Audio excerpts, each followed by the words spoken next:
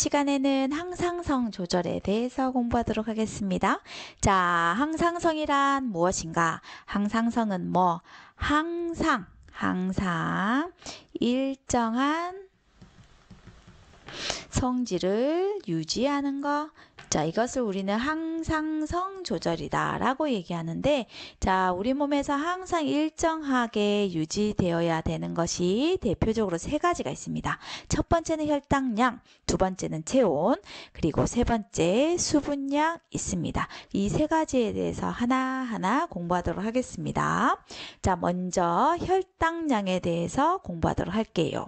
밥을 먹었어. 지금 이 사람 식빵 먹고 있네요. 자, 밥을 먹으면 소화 과정에 의해서 자, 영양소가 분해가 되는데 이 사람은 방금 탄수화물 먹었다. 그쵸? 그럼 탄수화물이 분해가 되면 최종적으로 뭘로 분해가 되느냐? 바로 포도당으로 분해가 되겠지요. 자, 그러면 포도당이 많아지니까 혈당량이 증가합니다. 그러면 여기에서 혈당량이다 라고 하는 단어가 나왔는데 혈당량이라고 하는 것은 뭐냐? 어디에? 혈액 중에 포도당의 농도, 요것을 우리는 혈당량이다 라고 얘기를 합니다. 그러면 식사를 했을 때 소화 과정을 거치면서 어떻게 된다고? 자, 혈액 중에 포도당의 양이 점점점 증가하게 된다는 거죠. 그러면 이렇게 혈당량이 증가했다라고 하는 것이 하나의 뭐가 돼? 자극원이 되거든요. 그럼 이 자극을 받아들이는 장소가 있겠다. 거기를 우리는 뭐라고 하지? 중추라고 하는데 그 장소가 바로 어디? 그렇지. 간내가 되겠지. 간내. 자, 간내는 항상성 조절 중추가 됩니다. 자, 그러면 이 간내에서 명령을 내리네요. 자, 어디로 명령을 내립니까, 여러분?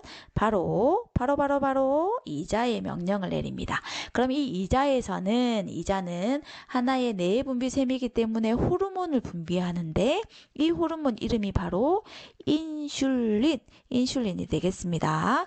그럼 이 인슐린은 어떤 역할을 하느냐? 크게 두 가지 역할을 하는데 첫 번째 역할 어디에서? 우리 몸의 일반 세포에서 무엇을 흡수하게 한다? 포도당을 흡수합니다. 자, 세포에서는 어떤 일을 하는데? 세포 호흡을 하거든요, 여러분. 자, 세포 호흡은 뭐라고 얘기했습니까? 내 몸에 필요한 무엇을? 에너지를 만드는 과정. 자, 그러면 혈액 중에 있는 포도당을 세포로 흡수시켜서 자, 세포 호흡에 사용을 하는 거지요. 그러면 포도당 혈액 중에서 줄어들겠다. 그치? 자, 두 번째는 간에 작용을 합니다. 자, 간에서 어떤 역할을 하냐? 포도당을 글리코젠으로 합성을 합니다. 자, 여러분, 포도당은 탄수화물 중에서 단당류, 즉 알갱이가 하나인 당입니다. 자, 그러면 글리코젠은 다당류, 즉 당이 몇 개? 포포포에서 당이 여러 개인 다당류가 되겠지요. 자, 그러면 인슐린이 하는 역할은 간에서 무엇을? 포도당을 글리코젠으로 합성을 해버려요. 그러면 혈액 중에는 뭐가 많이 없어질까요? 포도당이 없어지겠지. 자, 그러면 어떻게 돼? 혈당량이 감소하겠지요. 언제까지 혈당량이 감소할까요? 정상 혈당량이 될 때까지. 이게 바로 반응 결과입니다. 자, 이런 루트가 하나가 있어요. 자, 두 번째 상황입니다. 운동을 열심히 하고 있다. 그치? 자, 운동을 하기 위해서는 뭐가 필요해? 에너지가 필요해. 에너지를 하기 위해서 뭐를 해야 돼? 세포호흡을 해야 돼. 세포호흡의 재료가 뭐야? 포도당이야. 자, 그러면 포도당을 많이 사용하겠다. 그죠? 자, 그러면 어떻게 돼? 혈당량이 감소합니다. 자, 혈당량이 감소하는 게 하나의 자극원이 돼요. 자, 여기도 마찬가지 어디에서? 그렇지. 간내에서 간내. 자, 간내의 간내에서 명령을 내려요. 이자야 분비해라 무엇을? 글루카곤을. 이번에는 글루카곤을 분비를 하는데 글루카곤은 어떤 역할을 하느냐? 자, 어디에 작용해서? 간에 작용해서 아까 포도당을 합성해 넣었던 글리코젠을 다시 분해를 합니다. 한 알 한 알 한 알 내보내요. 포도당으로. 자, 그렇게 해서 어떻게 돼? 혈당량을 증가시킵니다. 언제까지? 정상 혈당량이 될 때까지. 이게 바로 혈당량 조절 작용입니다. 자, 그럼 이 혈당량을 조절할 때 관여하는 호르몬은 크게 두 가지가 있어요. 인슐린과 글루카곤이 있답니다. 자, 그러면 여기에서 질문 하나. 인슐린과 글루카곤은 동시에 분비가 된다. 안 된다. 될까요? 안 될까요? 당연히 되지 않겠지요. 왜? 작용이 반대 방향이니까. 자, 인슐린과 글루카곤의 공통된 표적 기관은 어디입니까? 자, 작용하는 기관이 어디야? 그렇지. 바로 간입니다. 간. 인슐린과 글루카곤의 내분비샘 만들어지는 장소는 어디야? 그렇지. 이자가 되겠습니다. 자, 두 번째 체온하겠습니다. 자, 자극이 또 옵니다. 추위. 자, 춥다라고 하는 자극이 오면 자, 얘를 받아들이는 중추가 있겠죠. 자, 거기가 바로 어디야? 간내입니다. 간내. 간내는 바로 중추 명령을 내리는 곳. 자, 간내 부분에서도 시상하보라고 이건 위치를 말해요. 자, 간내라고 하는 게 중요하니까. 자, 그럼 간내에서 명령을 내리는데 크게 두 가지 경로로 내립니다. 자, 첫 번째는 호르몬, 두 번째는 신경을 통해서. 자, 그러면 호르몬을 통한 전달 과정을 보면 자, 간내에서 명령을 내립니다. 어디에? 뇌하수체에. 뇌하수체는 간내 바로 아래쪽에 있는 조직입니다. 아니, 기관입니다. 자, 그럼 뇌하수체에서 어떤 호르몬이 분비되는데 기억은 납니까? 갑상샘, 자극, 호르몬이라고 하는 게 있거든요. H는 호르몬의 약자. 자, 그러면 뇌하수체에서 갑상샘 자극 호르몬이 분비가 됩니다. 그럼 이런 갑상샘 자극 호르몬은 혈액을 타고 돌아다니다가 어디에 가? 딱 갑상샘에 갑니다. 그럼 갑상샘한테 문을 똑똑똑 두드리지. 자극을 합니다. 그러면 갑상샘에서 뭐가 분비가 돼? 티록신이 분비가 됩니다. 근데 이런 티록신은 하는 역할이 뭐냐? 세포호흡을 촉진시키는 거거든요.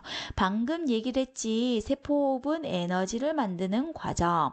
자, 그러면 열을 많이 생산하겠다. 그치? 자, 그래서 열 발생량이 증가됩니다. 체온 올라가겠다. 그쵸? 자, 두 번째. 자, 간내는 또 명령을 내립니다. 신경계를 통해서 어떻게 한다? 혈관을 수축을 해버리고 몸의 근육을 떨리게 합니다. 자, 그래서 열 방출량, 열이 소모되는 것을 좀 감소시킵니다. 자, 그렇게 해서 정상 체온으로 올려요. 자, 반대 과정. 더울 때는 이제 어떻게 되냐? 마찬가지 중추는 간내가 되겠지요. 자, 그리고 명령도 두 가지 경로로 보냅니다. 하나는 호르몬, 하나는 신경인데, 자, 일단 뇌하수체에서 갑상샘 자극 호르몬의 분비를 조금 줄이겠지요. 자, 그래서 갑상샘에서 티록신 분비를 감소시킵니다. 아예 못하게는 할 수 없어. 왜냐? 우리 몸에서 세포호흡은 항상 일어나야 되니까. 자, 그래서 티록신의 분비를 감소시켜서 세포호흡을 감소합니다. 그러면 열 발생량, 자, 발생, 열을 생산하는 거야. 만드는 거. 자, 생산이 조금 감소되겠지요.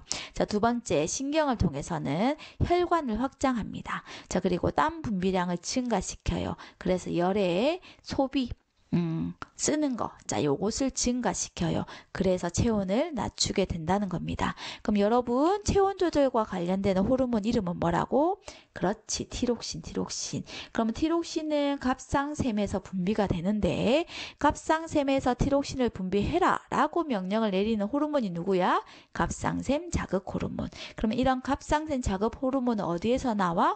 뇌하수체에서. 그럼 뇌하수체에서 갑상샘 자극 호르몬을 분비해라라고 하는 명령을 내리는 곳이 어디야? 간내의 시상하부가 되겠습니다. 여러분 알겠죠? 자, 마지막으로 내 몸의 수분량 보겠습니다. 자, 내 몸의 수분량, 우리 몸에서 수분은 대표적으로 땀이랑 오줌이 있는데 여기에서는 오줌 얘기입니다. 오줌 얘기. 자, 체내 수분량이 부족하다. 어떤 경우에 체내 수분량이 부족하냐? 자, 땀을 흘려서 체내 수분량이 부족하는 경우도 있겠지요. 또는 어떤 경우도 있을까? 짠 음식을 많이 먹었을 때도 체내 수분량은 좀 부족하게 됩니다. 이게 상대적으로 염도가 올라가는 거겠죠. 자, 그런 경우에 즉 한마디로 내 몸이 짠 상태가 될 때 이게 하나의 자극원이 되어서 간 내에서 이 자극을 인식을 합니다. 그리고 명령을 내리겠지요. 어떻게 할까요? 뇌하수체야 호르몬 분비해라. 어떤 호르몬? 항이뇨 호르몬. 자, 항이뇨 호르몬은 어떤 호르몬이냐면 콩팥에서 물의 재흡수를 어떻게 한다? 여기 좀 적으세요.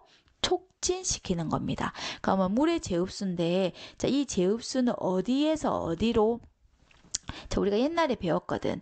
세뇨관에서 내 몸의 모세혈관으로. 자, 이 말 기억이 잘 안 나지? 자, 이 세뇨관은 이게 나중에 오줌으로 나갈 거야. 모세혈관은 내 몸이다 라고 생각하면 내 몸 안에 있는 거야. 자, 그러면 물의 재흡수를 촉진한다는 말의 의미는 뭐냐면, 자, 오줌으로 나갈 물을 최대한 못 나가게 다시 흡수를 해버린다는 겁니다. 자, 그러면 오줌은 어떻게 될까? 오줌량은 감소하겠지요. 자, 그럼 이때 오줌의 성분은 진한 오줌이 나와요. 진한 오줌. 자, 그럼 두 번째. 체내 수분량이 과다일 때, 즉 물을 너무 많이 마셔가지고 체내 수분량이 증가했을 때, 쉽게 얘기하면 내 몸이 싱거운 상태가 되었을 때를 얘기해요. 자, 그러면 이것을 하나의 자극원으로 받아들여서 간 내에서 명령을 내립니다. 어디에? 뇌하수체에. 무엇을 분비해라? 항이뇨 호르몬을 분비해라? 아니, 이번에는 많이 분비하지 말아라 라고 얘기를 하죠. 자, 그러면 콩팥에서 재흡수하는 이 물은 오타다 야 여러분. 자, 이 물은 빼버리고 콩팥에서 재흡수하는 물의 양을 감소시키지요. 자, 그러면 내 몸으로 다시 물을 흡수하는 것이 아니라 오줌으로 많이 내보내버려요. 그럼 오줌량이 증가하겠지. 이때 오줌은 무슨 오줌? 어떤 오줌입니까? 연한 오줌, 싱거운 오줌, 뭐 이런 오줌이 나온답니다. 자, 이렇게 해서 수분량도 일정하게 조절을 해요. 자, 그러면 내 몸의 수분량과 관련되는 호르몬은 무슨 호르몬? 항이뇨 호르몬이 되겠습니다. 자, 그러면 지금까지 호르몬의 항상성 조절에 대해서 공부를 했는데, 첫 번째 혈당량 조절 누가 했었지요? 인슐린과 글루카곤 서로 반대 작용을 했습니다. 자, 두 번째 체온 조절 누가 했었지요? 티록신. 자, 세 번째 수분량 조절 누가 했었지요? 항이뇨 호르몬. 이런 호르몬들이 자, 신호를 전달해서 반응을 이끌어냅니다. 아시겠죠? 자, 이상으로 자, 호르몬의 항상성 조절에 대한 설명을 끝내도록 하겠습니다.